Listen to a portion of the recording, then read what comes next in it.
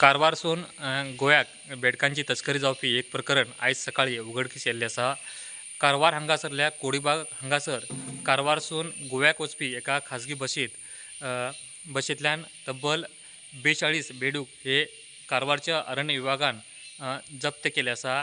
ह्या प्रकरणात बसीचो ड्रायव्हर आणि बस ही ह्या अरण्य विभागान ताब्यात घेतिल्ली आसा। मात्र ह्या बेडूक तस्करी करपी जो संशयित आरोपी आशिल्लो तो सध्या फरार जाल्लो आसा। तेजे अरण्य विभाग शोध घेत आसा।